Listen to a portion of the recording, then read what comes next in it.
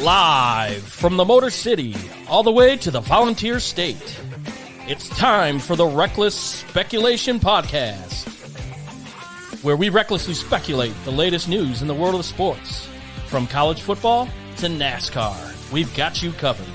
And don't forget to stick around for the world-famous Bet Your Nuts, where we will give you your best bets to make the most money. Now sit back, grab your favorite drink of choice, and join Robbie Davis, Raj Mehta, Brandon Chain, and Tom Sloan. It's showtime.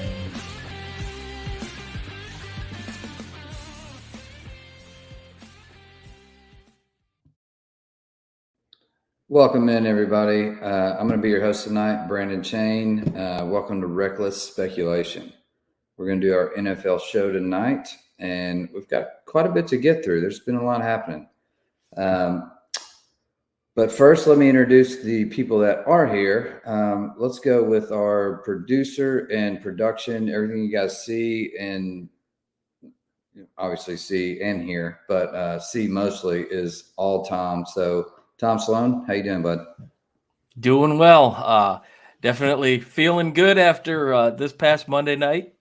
Another Lion win coming off a bad loss last week, but we go into the bye 6-2, number 2 seed in the NFC. Feeling pretty good. Yeah, Jahmyr Gibbs had a little come out party, didn't he? Let's go, baby. All right. Represent. That's right. Let's bring on Robbie. What's going on, buddy? Hey man, yeah, Tom's like if you see the people like at the Grammys, they like win all the awards, you're not sure what they do. That's Tom. Tom wins all. He will be accepting every award we ever get. That's what I'm saying. He does everything. It goes unappreciated sometimes, but all this stuff that he puts together and the hours that he spends on it is just far. We can't appreciate it anymore. So thank you, Tom, for everything. We can't appreciate it anymore, and nor can we afford him to have a hobby. That's right. Don't take up golf because that'll kill this. Oh no. I already drink. That's a bad thing. All right. So we're going to get into a little bit of NFL. You can see the rundown over here. Titans debut, Will Levis. The Taylor Swift hangover as we got going on here with, the flu game. Maybe there was some sickness going around with Taylor not being there. Who knows? Social media likes to run away with that. And the devastating second Achilles we've seen this year with Kirk Cousins, and then so on and so forth. So without further ado, we'd like to thank our sponsors. First off, Davis, Kessler, and Davis. My bad. Sorry on the enunciation there. But, if your cat gets in trouble, gets a DUI, hits somebody, give them a call. Or if you get hit, these guys, they're working hard. They're fair attorneys, and they will do and seek justice for you. So give Davis, Kessler, and Davis a call. C&W Construction is next. That's me, my company. We do a lot around the area. This is one of our latest projects. Just a little pool house, outdoor living. We do anything from new construction to outdoor living, remodels, additions, decks, you name it. We can take care of you. So give us a follow on Facebook. Raj, obviously we miss him. He's not here tonight. Not sure what's going on with him. Hope everything is well there. But let's get right into it, boys. NFL. I'm going to start with a non-Titan fan. And Tom, what did you think about Will Levis? I mean, are we eating crow here on all the stuff we talked about Will Levis, and he fell in the draft for a reason. And now, he comes out in his debut and just throws 4 TDs. My feeling of Will Levis was that he might not get an opportunity, and hearing from you guys are more connected down there. He wasn't really wowing a lot of people, and neither was Willis. So he got his opportunity and he ran with it. And you know what? He looked really good. And 4 touchdown passes. It was unexpected. Unexpected. Yeah, they're playing the Falcons home game. And what I thought were the most unbelievable throwback uniforms of the weekend. Tennessee Titans, you need to do something to keep those things permanently, because that was chef's kiss as a huge football fan. But no, I really was surprised, and I think a lot of people were too. Some of the throws he was making off balance, 2 of those touchdown passes, 1 for 61 yards. It's just I don't think anybody expected it, and clearly there's no tape on the guy other than college. And 2 years ago he looked really good at Kentucky, but last year he couldn't seem to stay off his backside. He was hurt a lot and very inconsistent. So, which is a reason why I think he slipped to the second round where Tennessee got him. But I mean, hey, if that's a glimmer of hope for Tennessee Titan fans, you guys, then I'm all for it. I think it's great. And you're going up against Pittsburgh, which that's a winnable game. That's an absolute winnable game with Pickett now done maybe for the year, but going to be a tough environment. But not looking any further, that was a big win for his confidence. And you know what? That AFC South is it's anyone's ball game. So who knows? This could be the start of something good for you guys. Yeah, I agree. Came out of nowhere. And Robbie, a question for you. We were so hard on Will Levis, and there's only been one other rookie quarterback in Tennessee's history to throw 4 touchdowns on their debut, and that was Marcus Mariota. The big difference there is Marcus never completed a pass over 15 yards. Now, is there some higher upside here with Will Levis, and how are you feeling about it? So a friend of mine, fellow Titans fan, I texted him about what he thought about Will Levis, and he responded, "I'm tired of falling in love with Titans quarterbacks." And I said, "That's fair." So the question to me, the question that I have internally is, all right, did Hopkins just come to Will Levis and say, just throw me the damn ball and I'll make things happen? Because, Ryan Tannehill is a professional veteran, letting everybody eat, kind of keeping the locker room happy, as you have to do in these regular season games. And did Levis just say, yeah, Hopkins, I'm throwing it to you, make it happen? But overall, am I ready to eat crow? Not yet. But this was a great performance, and he showed command of the offense. The guys clearly respect him. My concern would be the fact that Vrabel went with 2 quarterbacks means that in practice he's not showing what he showed in the game, and so that's my pump your brake moment. If this Will Levis was in practice, there would be no Malik Willis switching out, and you weren't at the game, were you? No, you were in Vegas. Yeah. I was on the plane. So I didn't appreciate the booing when Willis went in. Yeah. Give the 2 young guys, give them a chance. But overall, Levis looked great. I mean, he looked great. I mean, as much as I think he'll be picked up on a bunch of fantasy waiver wires this weekend. I know somebody looking for a quarterback. We'll get to that. But to get to your point, this division is still winnable. I don't know, I don't want to end up 8-9, but we're 2 games back. Jacksonville looks strong, but we haven't played them yet, and it's winnable. Stephen A had Jacksonville number 2 in the NFL in his top 5 this week. Stephen A, not really a whole lot of people pay attention to Stephen A. Yeah. No, side note here for the Titans, not to take anything away from Will's debut here, which was fantastic. And I'm going to kind of critique that a little bit. But before I say that, the defense actually showed up and played really well. And that kind of went under the rug a little bit just because of Levis's production. But the defense played really, really well.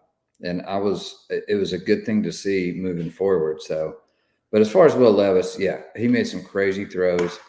His mechanics were terrible. He's off balance, off foot, but it also shows his arm strength, right? So he can throw it, not stepping into it with a flick of a wrist and throw it 60 yards. And it's crazy across his body.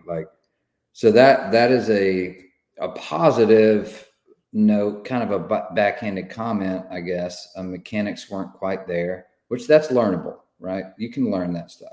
The talent and the arm strength you can't teach. So I think that's half of it. And I think, we'll see. It's a small sample size. It's one game. Now, if he continues to, complete over 50% and win games, now we're going to start talking. Brandon, let me ask you this. I think you were in my opinion of just blow it all up.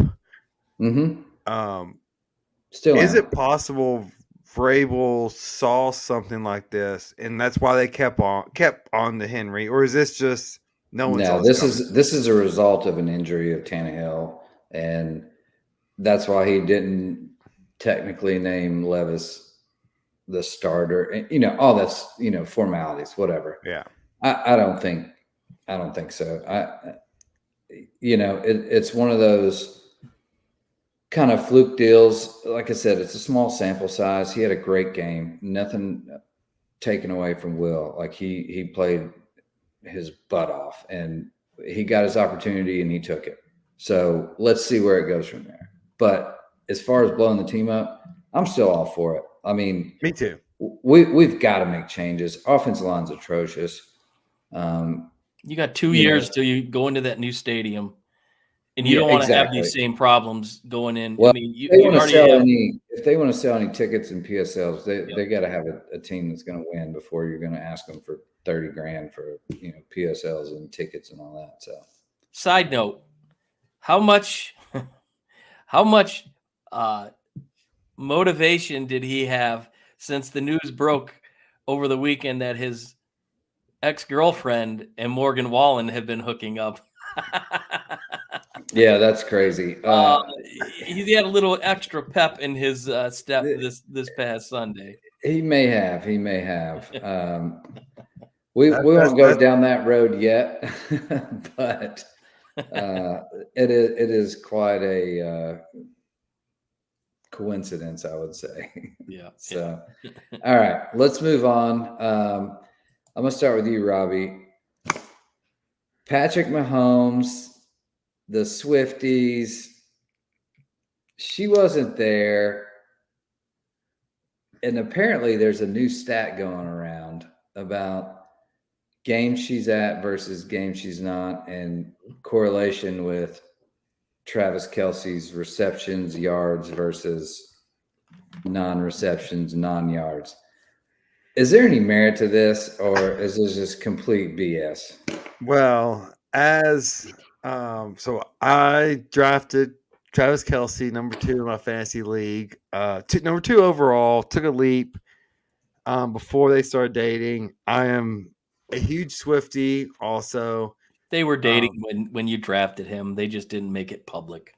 Oh, she was anyways. But so I have all kind of conflicting thoughts about this. It's easy to shrug it off and say, no, this has nothing to do with it. But then I started thinking more and more, like, these guys are famous. They are used to playing in front of 80,000 people, millions of viewers every week.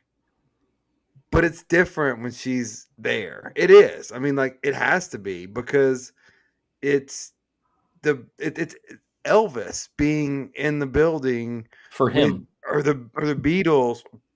And so like, yeah, like, I mean, there is more pressure, and when they're not there, like, it has to be a letdown. I mean, it'd be like, like think about us when we do our show versus our Monday meetings. Like, we still have fun, but it's not the same intensity, and that's just, I feel like it's just human nature. So Yeah. I do really think it is a thing, and I think the whole team feels it. That it may sound crazy, and it does sound crazy as I'm saying it, but it's the same as like if I'm trying a case and I'm talking to the jury, but if there's TV cameras in the background, I know there's TV cameras in the background. As much as I want to think they're not there, I know they're there, and so I think it's just there is this underlying pressure that I think they're trying too hard. Well, it's like, if you're playing a game in front of you got a whole bunch of family and friends come out for a certain game versus, you don't even know if anybody that you are connected to is there. Like, I get that different motivation. I say there's two levels of pressure. There is teeing off for the first time in front of a bunch of strangers, and there's trying to spell February with someone looking over your shoulder. That is so true. Hey, that's a great teeing off in front of strangers is a huge one. Have you ever tried to spell February with someone looking at you? I still couldn't spell February. No, if you ask me right now on the spot, there's no way I can spell February. Yeah. February. Yeah. Wednesday. It's the most terrifying thing. I'm like, Wednesday. I don't know how to spell this word. I know I don't. I'm coming into it not knowing how to spell it, and then they're watching me not know how to spell it. Yeah, now I have only you, Robbie, would come up with those that tandem there. No, that's a great analogy. All right, Tom, I'm going to go to you. What we saw out of Russell Wilson and Sean Payton, like, they're starting to get a little chemistry going on here. What do you think about Denver moving forward here? Was this just a fluke, or are they starting to gain some traction? Well, I'll go and look at what they didn't do yesterday at the trade deadline. They didn't move either one of their receivers, and they certainly didn't move Patrick Surtain Jr. So that tells me that there's some comfort levels starting to build up. Denver has shown some flashes. Their offense looked really good. I think they have to work on that running game, but if there can be some connections between Judy and Sutton with Russell, I think a lot of it is consistency. If he can get a consistent success rate going, I think they go as far as he'll take them. Is he still the same Russell that we all knew a few years ago? No. Is he still a competent quarterback? Yes. With a coach that block out the noise and his nonsensical comments that he made preseason, Sean Payton's still an elite coach. So you put that combination together, I feel like what we saw Sunday could be replicated. Yes, Mahomes had the flu, and he was on IVs all night, which I have an opinion of that. If you're jeopardizing your team because of your ego, I don't think that's a good look. How sick was he? Was he sick to the point that's the way he looked on the football field? He shouldn't have been playing, but that's neither here nor there. But I think a win like that against a team that they haven't won in 18 straight. I saw a stat that came out, said they had won a Super Bowl sooner than the last time that they had beaten Kansas City, which is remarkable to me. So I think this is a win that they could propel them. So the AFC West is I think we all thought they were going to be a little bit more than they are, and they really aren't. So I playoffs, I don't know. Few more wins, I think it's definitely in the cards for them. Yeah, I agree. I think there's some continuity starting to happen there. I think Russell's starting to kind of step into the belief of Sean Payton in his direction, and not not being so narcissistic, as we all know Russell can do. So, Robbie, is it okay to start a player that's been out clubbing 2 days before the game in another state? What are your thoughts on that? So, personal life versus professional life, you are free to do what you want, right? But yeah, you also have a certain commitment to the team. My view on this is very simple. Look, you guys work for us about 5 months out of the year. I need complete commitment. You work out. We pay you year round. You work out on your own afterwards. I want no bars. I want no clubs. I want no flights to the Keys and a boat trip for the receivers the Giants did. Like, I get it. They're young. You guys are young. You guys are rich. You guys should have every bit of freedom to have fun. But on the same, for me, like, look, and I don't know if you guys have been watching. If y'all watch Kelsey, I don't know if that's what the title of it is, but Jason Kelsey talked about the risk and the reward of the concussions and this injury. Like, they all know what they're signing up for. This isn't players in the 80s, 70s. You know what you're signing up for, and you have to be committed for this time frame. And yes, you're going to put your body at risk.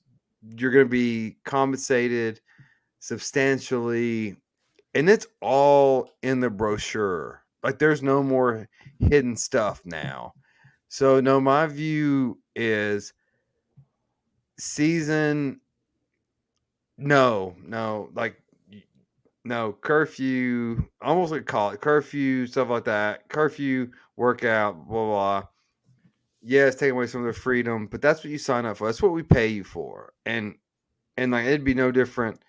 I mean, if I'm paying you X amount of dollars to build my house, and you come in hungover, what am I going to think about you? You know, like, you wouldn't do that. You know, you wouldn't come in. You would just send someone else in. But in theory, if you had to come in, you probably wouldn't come in hungover. But I mean, that's just my theory on things. It's like, no, in the season, tighten it up and do it. Yeah, I totally agree there. Go ahead. I here's the thing, and if anyone's unaware, game 1 of the World Series was in Dallas last Friday, and Travis Kelce was at the game, and he was, recorded with a big bottle of champagne, and he was, lifting it, and then after the game, they went out to the bar with his buddies, and he was drinking, he was singing Taylor Swift songs. But my thing is, I think he's falling victim to a new level of celebrity that he's trying to keep up with. Travis Kelce in the football universe has, he's one of the best ever.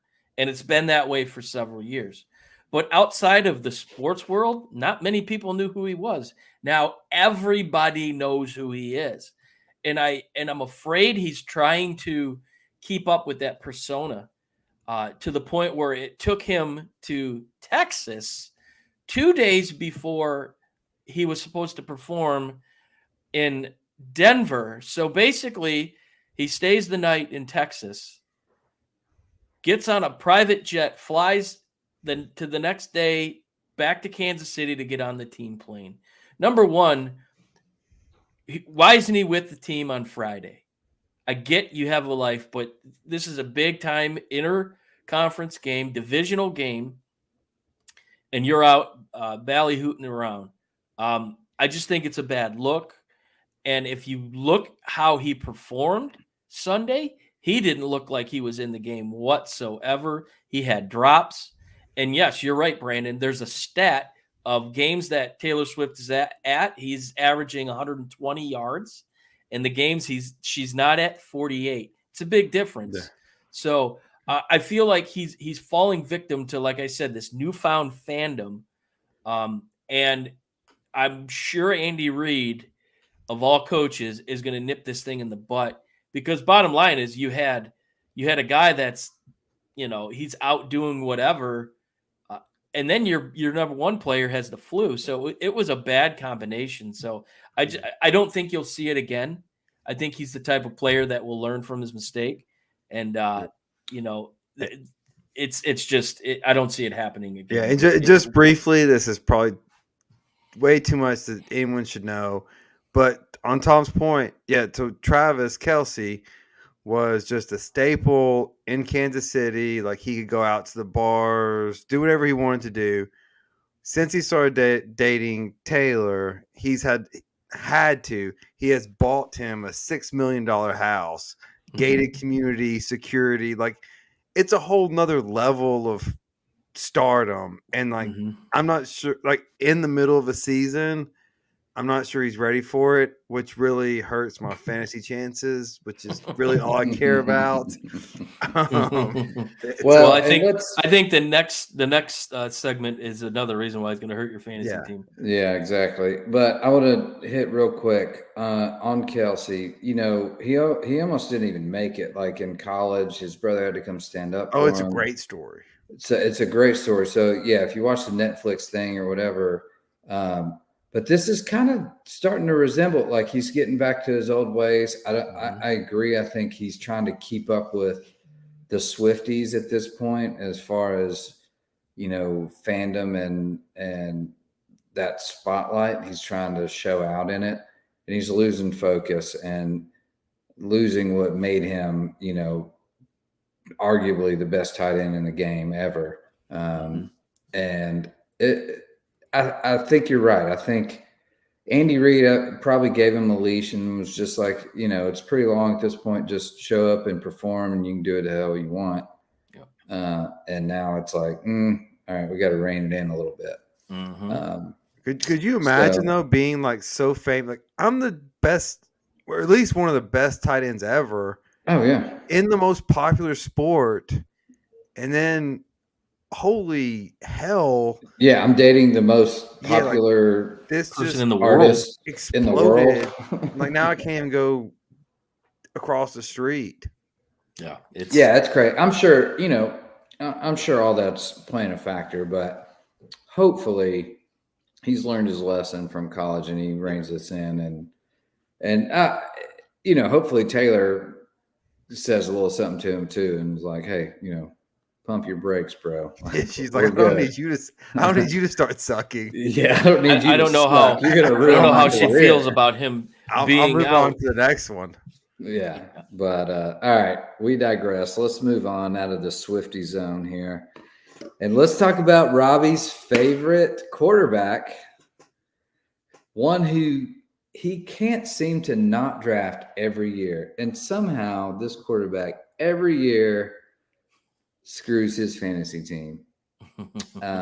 Although looked promising this year, he was on a pretty good stint until the dreaded Achilles. So, Robbie, what are your thoughts on Kirk Cousins' injury, and what's the Vikings' outlook now? So, I'm not sure if I was elected president, I would get more text in a row than when Kirk Cousins went down. Our entire fantasy league blew up. I obviously only have one quarterback, and that's Kirk Cousins. And it was instant. It was the Achilles. We have there's 12 of us in the league. Apparently, we have 11 medical doctors who can instantly diagnose a torn Achilles. That's social media. 10 minutes after it happened, they had the video proof. And then so I immediately started working the phone. Well, one, hope Kirk is okay. It seems his surgery went well. I start working the phones, and I'm willing and dealing. I get this trade worked out. I'm trading my next year's second round pick and fourth round pick for Lamar Jackson. Everything's good. I'm back in contention.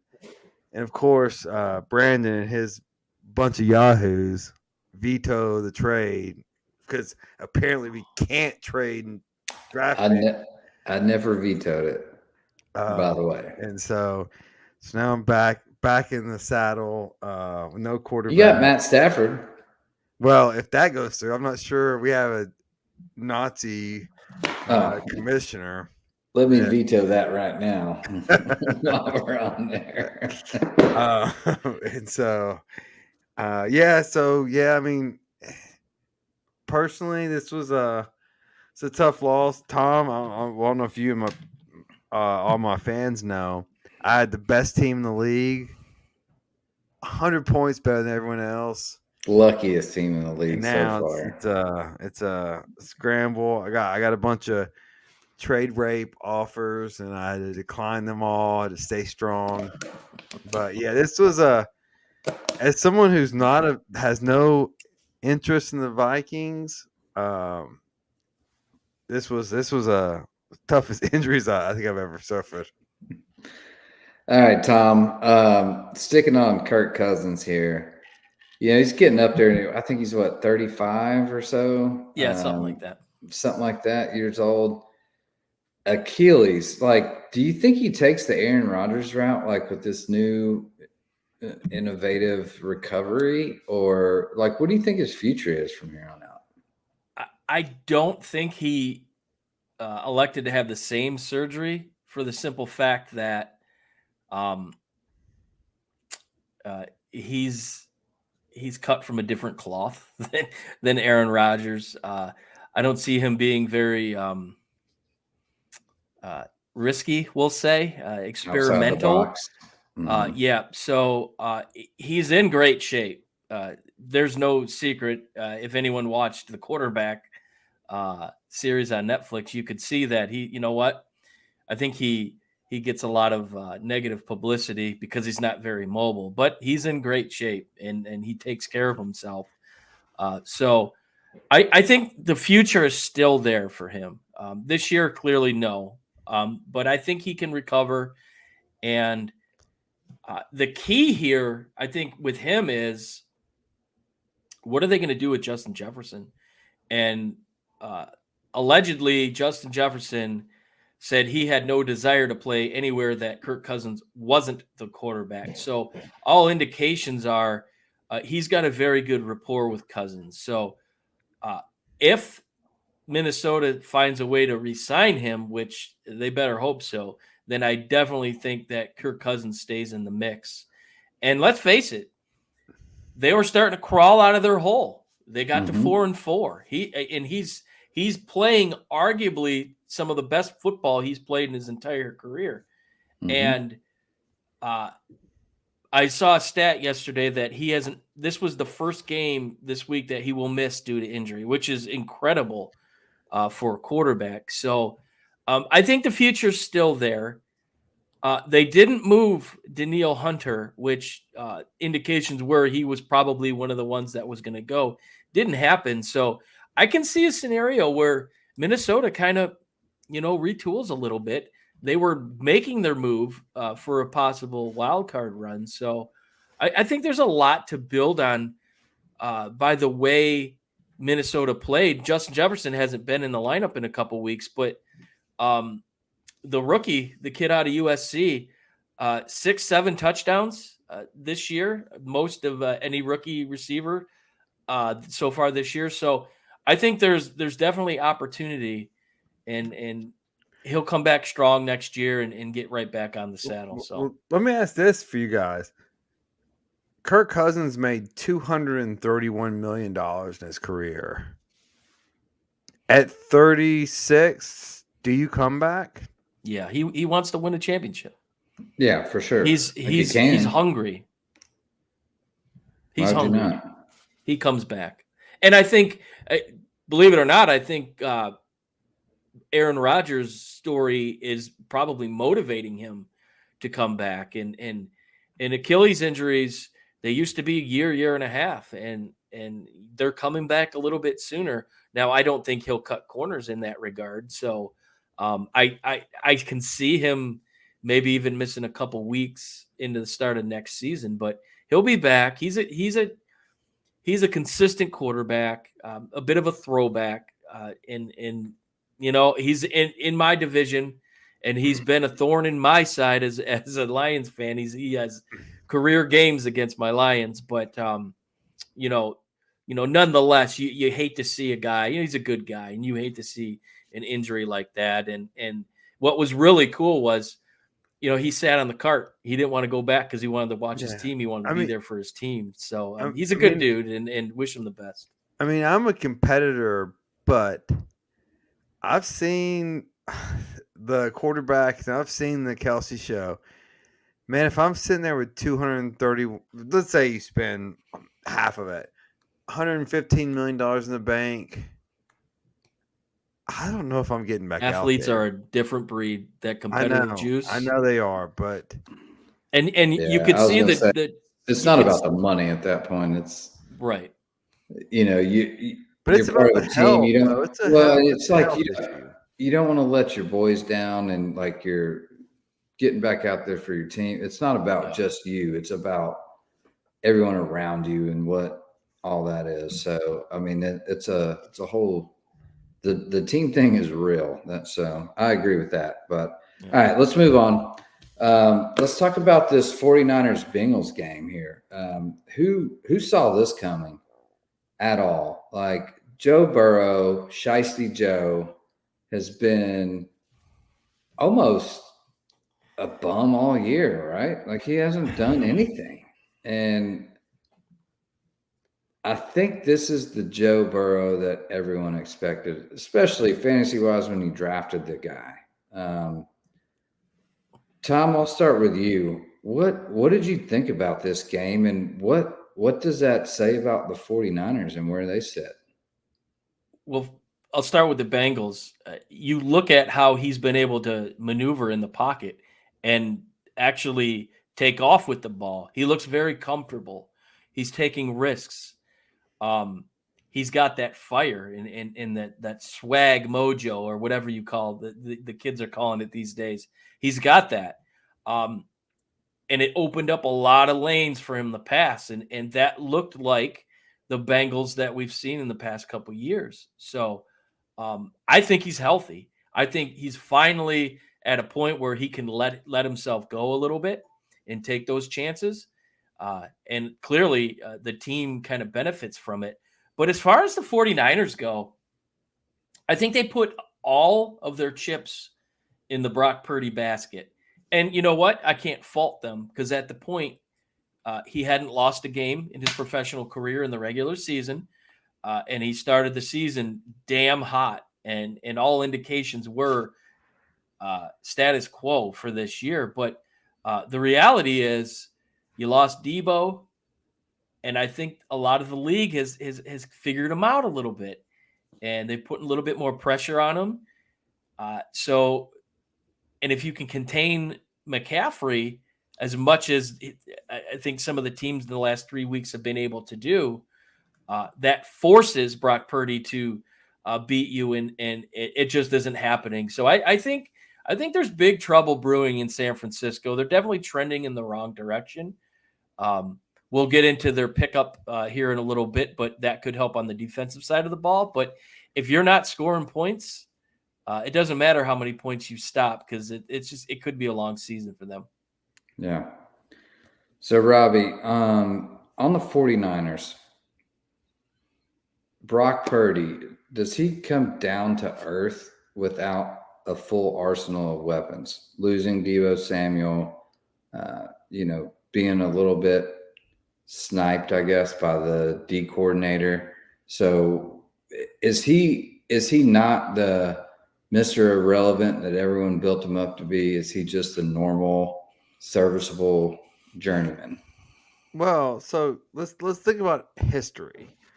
There's Joe Montana in the 3rd round. There's Tom Brady in the 6th round. There's Kurt Warner that's been undrafted. And then there's Purdy that was the 6th round, or Mr. Relevant for 199, whatever it is. Is he in that? Like, I think as you get more games, he's gonna move to the mean of not that good. And so Kyle Shanahan can dress a pig up like a princess for so long, but they've lost 3 in a row and not to great teams. And so they got at Jacksonville this week. We'll see what happens then. If they lose 4 in a row, they're trading. They're trading. They're getting more and more necessary pieces to win a championship. Defensive ends, cornerbacks. But if the quarterback's not there, and I'm just not sure he's there. And look, there's a reason. Like, draft people may not have missed on him. They may just have seen what he is and what he is not. Yeah. So do you put this more on offensively, like for them losing versus defensively? Yeah, put it on offense. I mean, like they've scored 17, 17, 3 games in a row. If you can't break 20, you're not going to win the NFL. No, I agree. And, yeah. You got something else? no. All right. Let's move on. Make a pretty good time here, boys. Let's go. Let's talk about America's team, Tom. I'm going to come to you. The Cowboys. That's the Lions. The Lions are the new America's team. Well, I didn't say new. I said the old America's team here. I mean, what is it with these Cowboys? Like, they look like the greatest team in the NFL one day, and then they look like the absolute shit show that we all cowboy them to be. What happened last game? Like, they just look so good. Like, Dak looked good. Offense I mean, what's going on here with these Cowboys? I think you lose Travion Diggs, and it opened up an opportunity for that other defensive back, number 26. His last name is Bland, who has been absolutely lights out. So they've been able to get themselves back to a dominant presence defensively. And last week against the Rams, Dak did what Dak needed to do. He needed to put the ball in CeeDee Lamb's hands, and that just created so many opportunities. They threw the ball. They were very aggressive downfield. CeeDee Lamb is a home run hitter. You got to find a way to get him the ball, and they were able to do that. So I really it comes down to consistency again. If they're throwing the ball, and you got to protect Dak. If you can protect Dak, they've got a decent running game. They give them just enough, and their tight ends are starting to come into play a little bit more. So I think there's a comfort level coming up with the new offensive coordinator that they have. But it starts with that defense. Micah Parsons, who is arguably one of the best players in the NFL. When they're rocking and rolling, that tends to get that team going. But I think really it comes down to, going for those home runs, getting the ball in CeeDee Lamb's hands, and putting the pressure on your opposing team. And outside of that one loss that we saw in San Francisco, it's the irony is after that game you thought San Francisco was going to take off. Well, the reverse has happened. Dallas has taken off, and San Francisco's gone the other way. But I think that's a microcosm of how this season has gone in the NFL. Unpredictable. You don't know what's going to come. It's been a roller coaster, bipolar to say the least. But the Cowboys look really good right now, and moving forward. We'll see a huge game this week. So I think we're going to find out a little bit more about how good they really are Sunday. Yeah, no, I don't disagree. I mean, the NFL this season has been, a weekly reset on thoughts of who's the best team. Like it's just been up and down like a roller coaster, more than I can remember in the past, I don't know, probably 3 to 5 years. Usually there's a pretty good front runner. But I mean, I could flip a coin at this point. I don't know. That being said, Robbie, where do you think the Cowboys stand in the NFC right now with all that's going on? Well, as Tom said, like they're at the Eagles this weekend. That's going to be a big kind of measuring point. But then they got Giants at Panthers, Commanders. Those are winnable. Seahawks at home. I think they're a playoff team. They end up with at Bills, at Dolphins, Lions at home, at Commanders. Right, actually they're 1, 2, 3. That's 6 games. They're tough, so they better pack some wins on here right now when they can. But the NFC's weak. I mean, I think there's gonna be an 8-17 that gets in the playoffs. Yeah, I could see that. That showdown in against the Lions.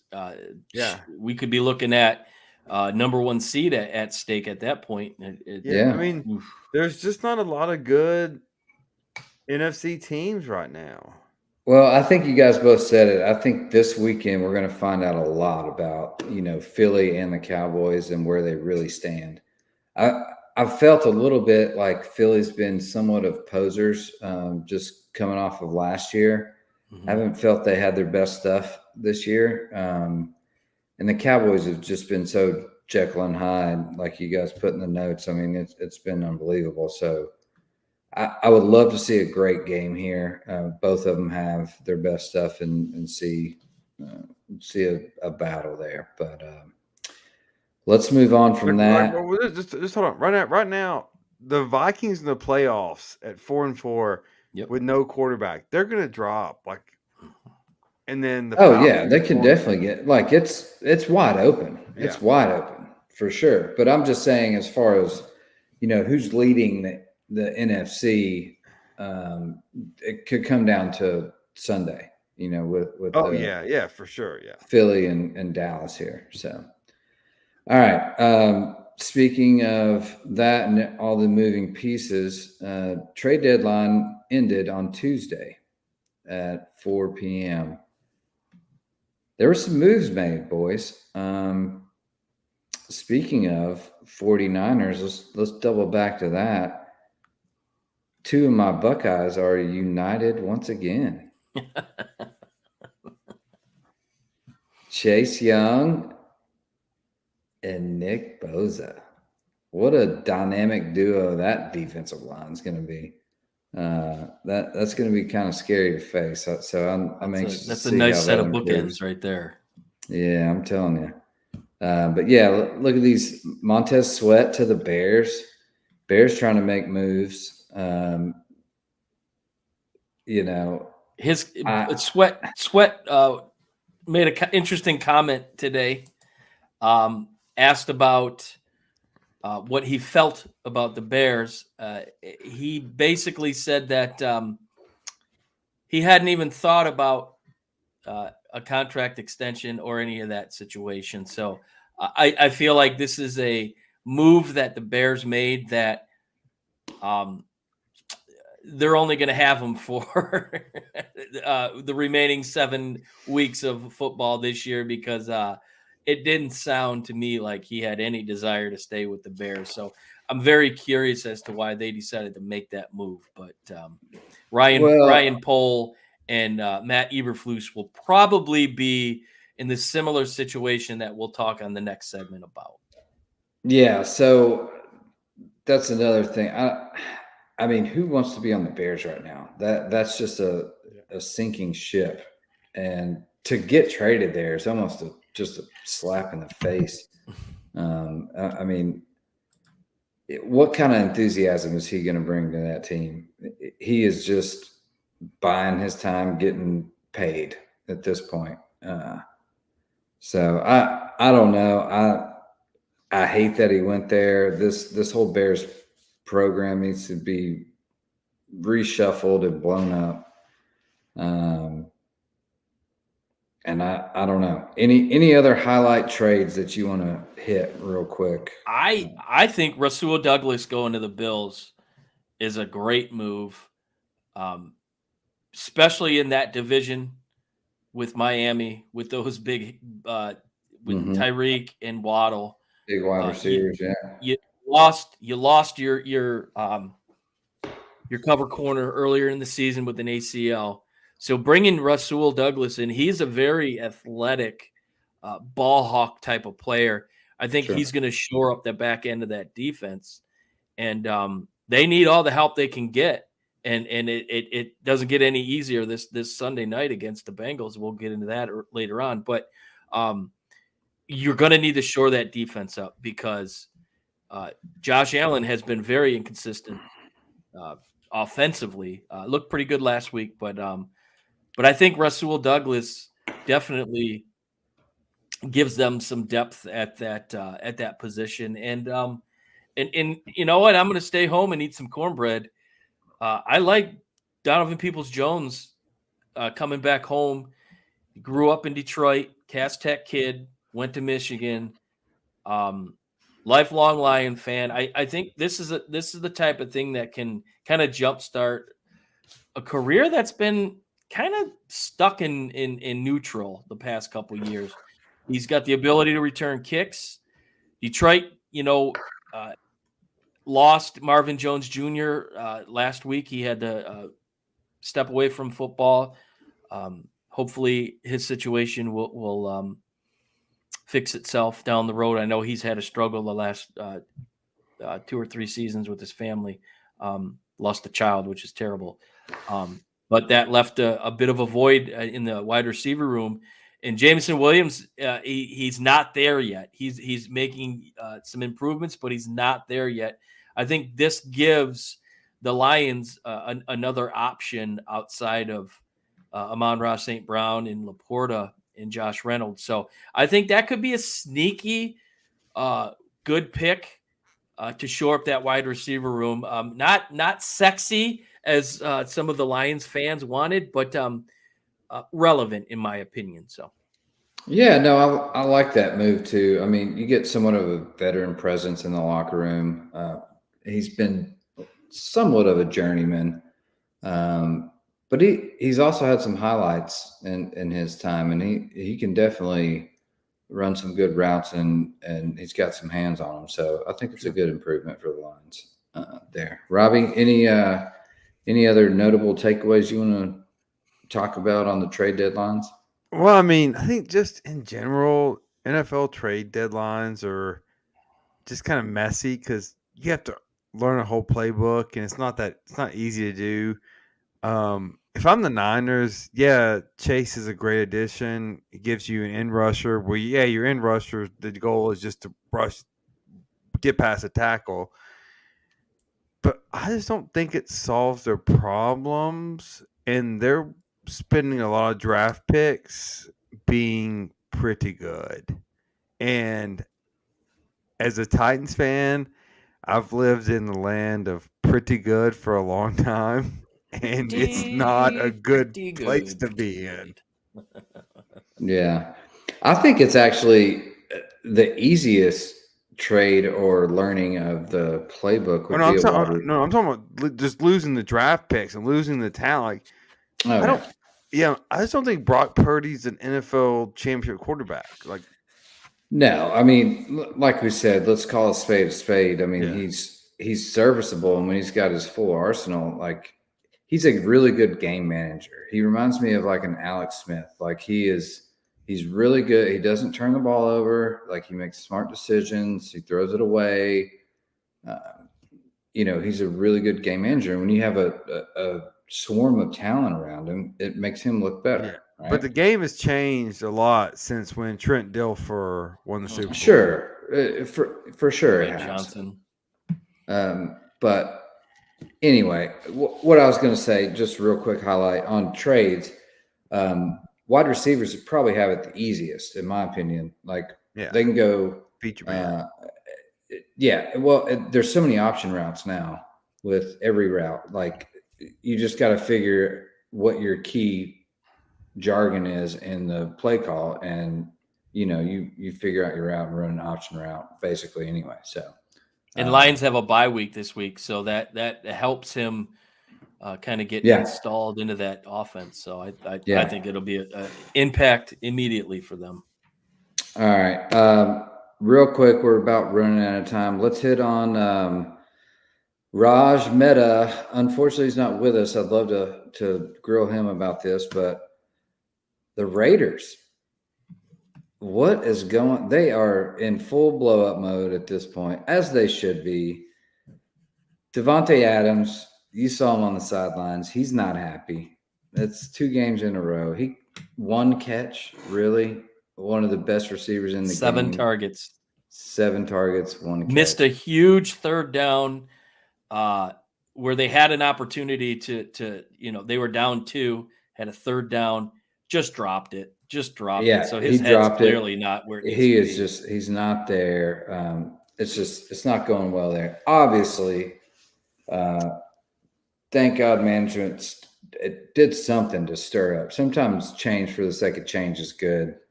But this needed to happen. Josh McDaniels, he's been nothing but an offensive coordinator his entire career. This is his second running at a head coaching job. It's just not gone well. Nope. I mean, put him back in the OC spot. Mm-hmm. Robbie, what do you think? Let's go to you first here. Where do they go from here? Like, who is there anybody you even have in mind that would even be considered for coaching the Raiders? Jim Harbaugh. Yeah, so I've got, they say the power in 3. So I've got 3 things. 1, let's not kid ourselves. Tom Brady made New England work, not Josh McDaniels, not Bill O'Brien, not who was the Lions coach, Tom? The current Lions coach? No. Who was the Lions coach? Matt Patricia. Oh, Patricia. He was the defensive coordinator for the Patriots. Yeah. None of them made the Patriots work. Tom Brady made the Patriots work. So Bill Belichick's an under 500 coach without Tom Brady. So let's just get that out of their way.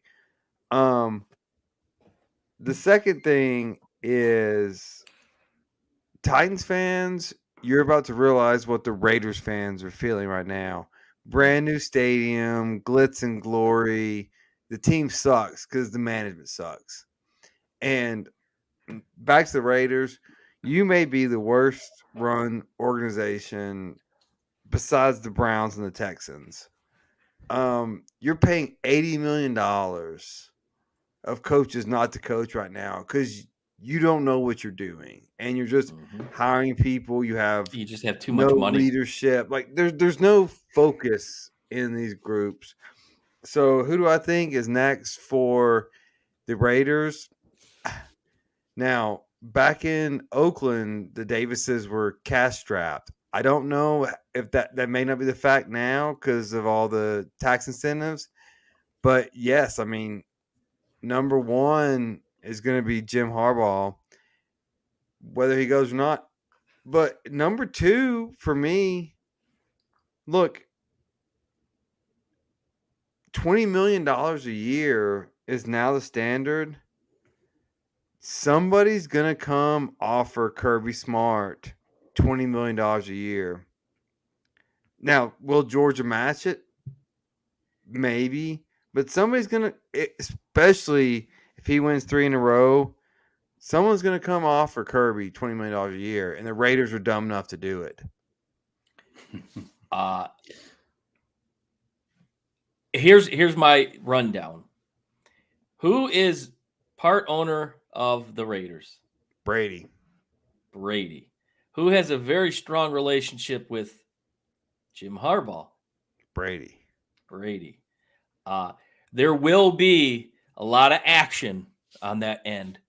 And the smoke and mirrors that reports came out that the NFL would punish him for what happened in college, that's not going to happen. That's just more fuel to the misinformation pile that we've experienced. Who did they punish? Who was it? It Jim was Jim Tressel. Tressel because he was a scout or some sort for the Colts that they had carried over his punishment basically with the Colts. Yeah. Which, I mean, it's two completely different. They have no time. Like, right. You can't carry a punishment over for that. So, and there's going to be a lot of calls for Ben Johnson, the offensive coordinator here in Detroit. Although I am a firm believer that coordinators are coordinators, not necessarily good coaches, hence Josh McDaniels. But I think if they're going into the college ranks, I think that the sexier name and one I've really heard is Lincoln Riley. There's a lot of talk out of LA that he's looking to leave. Even though they gave him King's ransom. You can't coach defense in college. You can't coach defense in NFL. Well, and he's not a defensive coach, but I mean, he hasn't won shit in college. But he's a name, and look at what happened. That got him the USC. So yeah, it's a whole different, like apples and oranges versus like college versus NFL coaching wise. Like I don't agree with it, but I think that's the root. Yeah. Mark Davis is an egotistical maniac, and he's going to go for the name rather than he's going to go for a big name for sure. I would agree with that. So, yep. All right, we're just a little over an hour in, boys, and I think it's about time for that make some free money segment. But it's time for Bet Your Nuts.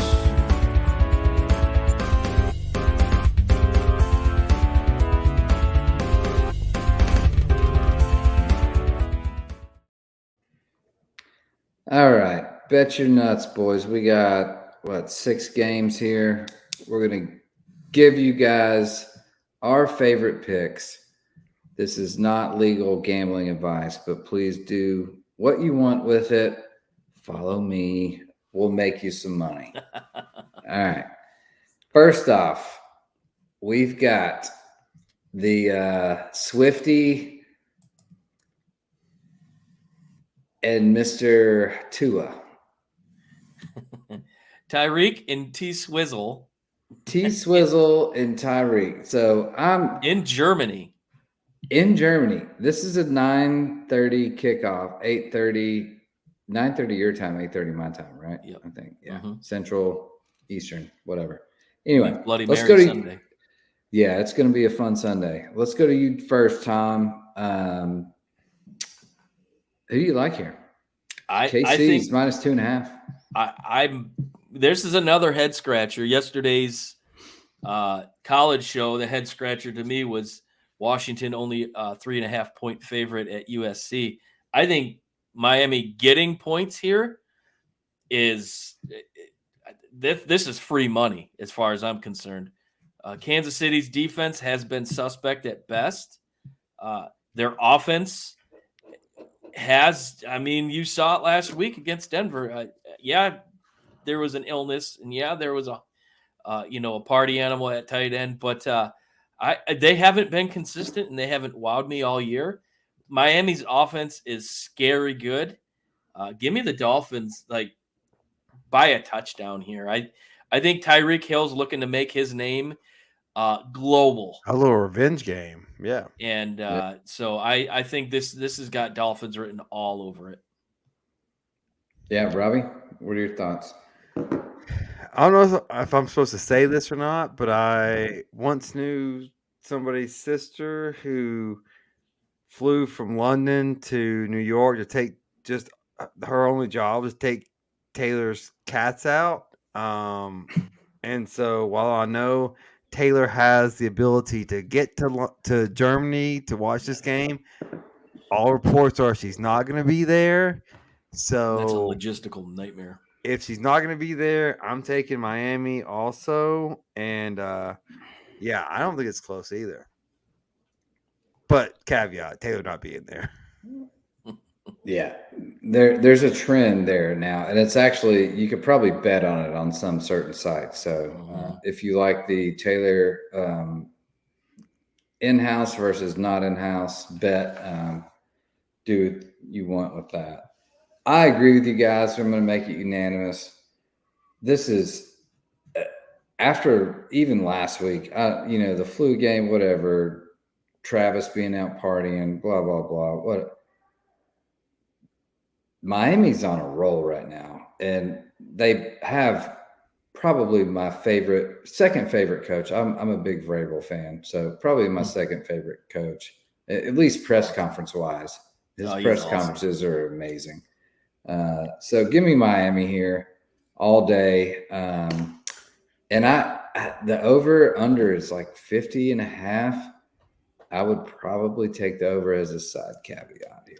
If they can keep Tua healthy, man, he is like a cheetah throwing the foot. Well, and funny is to the cheetah, but it's just so smooth. Cheetah to cheetah, that cheetah to cheetah connection. Yeah, That's what we want. It looks like that's how you're supposed to throw the football. No, he throws the best ball in the NFL. We've all said that for sure. All right, moving on. Next, let's go to you first, Robbie. We got the game, maybe the game. I don't know. There's a couple of the games this week. This is definitely one of the big three, in my opinion. And it's Dallas at Philly. Philly's only a 3-point favorite here. Yeah. Have we seen the real Cowboys? I'm not sure which one, if Jekyll or Hyde's the good one, but I think we saw the good one last week. We're getting the bad one this week, so I'm going Philly in this one. Like it. Yeah, I think this game Sunday afternoon would be the game of the week. There's been a lot of heat on Philly. They squeaked by the Commanders last week. The brotherly shove kind of had a little bit of a hiccup last week, the fumble at the goal line, but they did find a way to put a little spin on it with DeAndre Swift taking a handoff in that lineup. But I think a nice Swift drop there. I like that. Yeah, a former Lion there. But I think 3 is about right. I could see this game coming down to a kick, and I think the Eagles are going to squeak it out. I like the Eagles here. I love the Eagles in this position. The Cowboys are going to cowboy. They are boys, not what we thought they were. We're going to go back down to reality a little bit. And then you're going to see my boy, former Titan, A.J. Brown, tear it up against the Cowboys. He's probably going, what's he got? How many consecutive 125-yard games? Could you imagine if we had A.J. Brown and D-Hop? I mean, and a quarterback would be phenomenal. I mean, we'd probably win the Super Bowl. But no, I'm with you guys. Philly all day. Dallas. I can't wait to see Stephen A. Smith's face with the Cowboys or whatever after they lose again. The only time we'll pay attention to him. Exactly. It's the only time I watch him is when he's got his cowboy hat on, laughing.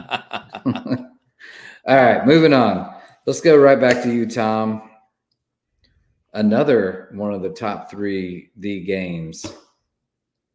Cincy and Buffalo.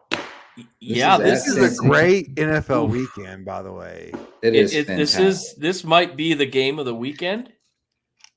Sunday night football.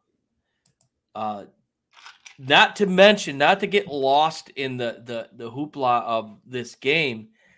This is DeMar Hamlin's return to Cincinnati, where we all know what happened last year. So it'll be interesting if he gets on the field. I don't think he's played all but one game so far this year, but we talked earlier how Joe Shiesty, he's Shiesty again. And Jamar Chase and T. Higgins they're competing with the Ravens right now for top team in the AFC North, which surprisingly is probably the best division in football. Who'd have thunk? But I think the struggles that the Bills have offensively is going to come into play. Sunday night game on the road in a very raucous crowd. This is another head scratcher. Cincinnati only giving 3. I think this is a touchdown game. Give me the Bengals. Who they say gonna beat those Bengals? All right, Robbie. Well, my position on Joe Burrow is well known. He's a bum. And give me Buffalo with the points. I don't care if it's on the road or not. Give me the Bills. Ooh. I have a feeling you're going to be the lone wolf here. You are the lone wolf. Oh, goodness. That's a point for me. The Bills are struggling to run the ball a little bit, and I have Cook on my damn fantasy team, so I can tell you about the struggles we're having running the ball. They're struggling to run the ball. Allen has been a little inconsistent. Obviously, Burrow has too, but he also has been injured. There's no excuse there for Allen. So Burrow, we saw the real Joe Shiesty in the real Bengals last week. They are here to stay. At Cincy, at home, it's at least a 7-point game. So give me Cincy to roll here. All right. Now to our game where we've got potentially the second start in a row. Hasn't been officially announced yet, but we all know what's going to happen. Will Levis, who drinks mayonnaise and coffee or whatever the hell he does, crazy son of a bitch. Tennessee Titans and Pittsburgh Steelers. Steelers are a little bit banged up too. Titans are like one string away from pulling the ripcord and blowing the whole damn thing up. So what do you think here, Robbie? What are we going to witness? Pittsburgh's quarterback's hurt. Short week. Even though they're at home, I know I hate to bet against the home team at home on Thursday, but we have a rookie quarterback. Tomlin really loses rookie quarterbacks, but I'm going Titans. Give me the points. Maybe we don't win, but I think we cover. Tom? I think this game comes down to who makes the least mistakes. It might be the ugliest game of the week. Mitch Trubisky is going to get the start for Pittsburgh. And I'm using this word very loosely here, folks. The experience level of Mitch Trubisky could possibly be the one thing that gets them over the edge. TJ Watt is the difference maker. He will be all over Will Levis. He will put him to the biggest test he's probably faced in his football career. This game's primetime in Pittsburgh. Those Yinzers are going to be flying their towels, their terrible towels. It's a tall task for a young quarterback. I think this game could be like 13-10, 17-14 maybe. Give me the Steelers by, I don't know. I think they cover it. Not by much, but go Pittsburgh. And that, folks, is how you lose credibility. So Tom's taking the under 36.5. So, yes. I might go. I'm going to go out on a limb here, boys, and I think we're going to see back-to-back Levis. There we go. Amazing play here. You got some hometown cornbread in the oven. There's a little cornbread going on here. You know, I've not been a fan of him at all. I didn't even want to draft him. I thought it was terrible. But after what I saw, the mechanics are bad, but the talent's there, and the Steelers are not that great, aside from T.J. Watt, obviously, and that defensive front. If we can hold, I think you're going to see some more D-Hop connections, 40, 50-yarders going on here. So give me the Titans. They're getting 3 points in Pittsburgh. I love it. Give Separation me the Sunday Titans. here. If that happens, the that Titans. frees up Derrick Henry. I think if you take the top off the defense, that for sure. helps That's the other thing you got to so. look at. And I love it. And it's a night game, Thursday night, prime time. Normally I'd take the under. Side bet, I'd take the over 36.5. I think Will Levis has 3 touchdowns. All right, moving on. We got the Seattle Battle of the Seahawks, Birds, who are actually somewhat of a sleeper this year. They're those old Seattle throwbacks last weekend were awesome. They are. But and the what Oilers, about this? The Tennessee should. That was the best uniforms for sure. We can do a whole show on uniforms.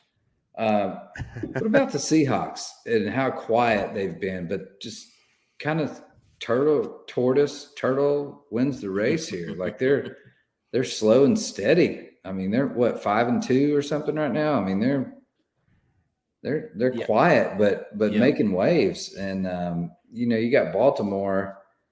Who started to show a little something last week. So, Tom, what do you think? Baltimore's Seattle's laying 5.5. Seattle's they've been a good story. They came in to Detroit and shocked everybody here. And, Geno Smith does just enough. And I think they rely a lot of their defense. And I think you're right. They're having a really good season. So they got a cross country here. Playing against a Ravens team that took apart my Lions 2 weeks ago, but took everything they had to beat the Cardinals on the road. But I think they're a different team at home. Lamar Jackson is a different breed. He's a different bird, we'll say. Pardon the pun, because this is the battle of the birds. But I think his athleticism comes into play here. Zay Flowers has been a great story, rookie. Odell Beckham quietly starting to finally earn his contract. So I like Baltimore here. I think they're a pretty balanced team. 5.5 is seemingly high, but I think it could be a close game, and Baltimore pulls it out at the end, maybe a 6 or 7 point game. Give me the Ravens. All right. Robbie, who do you like here? Pete Carroll is slowly and just kind of behind the scenes showing himself to be one of the greatest coaches in football history. Like what he's doing with this team, we did with last year's team. He made the greatest mistake in football history, but he run the ball. He got there to make that mistake. Give me Seattle in this one, even though Harbaugh is no slouch. But man, Pete Carroll, man, he's impressing me in Seattle. I'm going to lean with Robbie on this one. I like Seattle here. Like I said, they've been quietly making waves, and they are at Baltimore, but 5.5 points. I can see Baltimore winning this game by a field goal, maybe. But I like the 5.5. So if you're giving me that on Seattle, I'll take it. But another side note, we'll move on. Minnesota, Atlanta. That's our last game of our Bet Your Nuts. But what I was going to say, a little side note, NFL's crazy, man. Like you can never underestimate a shitty team in the NFL because they can beat any good team on any given day. And that's what we always underestimate as fans watching these games. And you're like, how in the hell is that team – how did they lose that game? and you go back and you watch it like, well, yeah, all these guys are NFL athletes and they're really good too. And, occasionally they put it all together and, that's what a team strives for. But like I said, I digress. Sidebar. So let's talk, Robbie, Minnesota, Atlanta coming off a loss with the Titans, struggling at quarterback here. Obviously, both teams are. So, what are your thoughts here? Where is Josh Dobbs the answer in Minnesota? Like, what's going on here? Yeah, I think Josh Dobbs will do well in Minnesota, but not flying in on Wednesday and get this playbook. I think so. Atlanta's quarterback's hurt. I can't remember who they're starting, but at least he's been in the system before. They're at Jaron home. Hall. Yeah, Rookie I'll from take BYU. Atlanta on just the blind leading the blind kind of game. Yeah. Well, who do you like to win it? Who'd you say? Atlanta. Sorry. Oh, sorry. I missed that part. My bad. Go ahead, Tom. Yeah, I think this is a game a lot like the Titans Steelers game. It's really not a powerhouse quarterback matchup. Tyler Heineke came in the second half, damn near led the Falcons to a comeback win. Fell just a little bit short. I think it's evident Desmond Ridder is not the answer down there, so there's probably going to be a quarterback in their future. But this game's at home. They've lost a couple games. They've looked bad. But, yes, the Vikings are rolling out Jaron Hall, Josh Dobbs, the most traveled backup quarterback in the NFL. I don't think he'll be ready. But it's a lot for a rookie quarterback. But he's playing in Atlanta, which won't be a huge test. But I think the experience level, Heineke's he's a halfway decent quarterback. So I think the Falcons come out on top. Look for a lot of Bijan Robinson out of the backfield. And Kyle Pitts seems to be starting to come around a little bit more frequently. So he's going to rely on a lot of that for success. So Falcons here. Oh. Uh-oh. I'm going lone wolf, boys. I like the Falcons here. Wait, you like the Falcons? To lose. Oh. Come on now. Wow. No, I don't know if Josh Dobbs will even play because he's so new, whatever. But give me TJ Hawkinson. Like this guy. That's all you got to throw to. Throw to that guy. He's the offense. Minnesota defense will hold. And I think Atlanta could win the game, but I don't think it's 4.5. So give me Minnesota cover. And with that being said, boys, we're ran a little long on this show. We had quite the breakdown on the games here for Bet Your Nuts. So hope you guys took some notes. Yeah, just give us some tips whenever you win all your money. Yeah. So with that, we're actually going to skip final thoughts because we're hour and 23 in. What? Okay, we'll do a short final thoughts. Robbie, you go first. All right. So, yeah. So it is November. This starts my eternal optimism of college basketball season. Tennessee has a championship level basketball team. I know they're going to break my heart, but I love them and I'm in it and I'm getting my heart broken again. Let's do this again. Can't wait to get hurt in March. My final words, similar to after week 1 of the NFL season, Lions fans suck. Twitter was a whole nother level yesterday after Brad Holmes only brought in DPJ at wide receiver. You would have thought that this franchise was 2-6 and the old regime, not 6-2, number 2 seed in the NFC.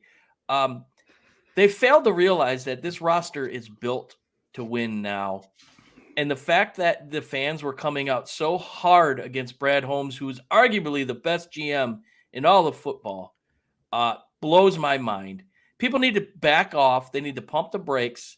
This team's on a bye. They come back. They get half their team healthy going into LA. They're going to be just fine.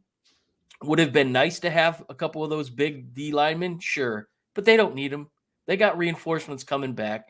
They're going to be back, baby. One pride, restore the roar, go Lions, relax, fans. We're going to be just fine. I'm going to stick on the fans theme here. We're kind of spoiled because we're all fanatics, right? And we love our teams and we're all super fans of our teams, right? Thick and thin, up or down, whatever it is. The days of social media have made so many bandwagon fans and all this BS, like we talked about on our college show, where just fans chime in representing a certain fan base. And, you know, they don't have a lick of swag. They've never been to a game. Like, just pump your brakes a little bit, right? Like, there's not that many fans out there anymore that are like us. So to the true fans, cheers through thick and thin. Just like Robbie just said, like, he's going to go get his heart broke watching basketball, but he's still going to go. And that's okay. You know, and that's okay. You just do that shit. That's what you do as a fan. So absolutely. All right, boys. Great show. Unless we win. Well, and then you're still there for it. So, right. No, good show. Good NFL show. Hopefully you guys like, subscribe, follow, do all the things, click. It really helps us out moving forward. So great show. Tune in next week and sayonara. Thank you for watching. Thanks for listening to another episode of Reckless Speculation. Don't forget to follow us on Facebook, Twitter, TikTok, and YouTube searching Reckless Speculation. Catch us on Apple Podcasts, Spotify, or wherever you get your podcasts. We look forward to catching you right here next week with another exciting episode of Reckless Speculation.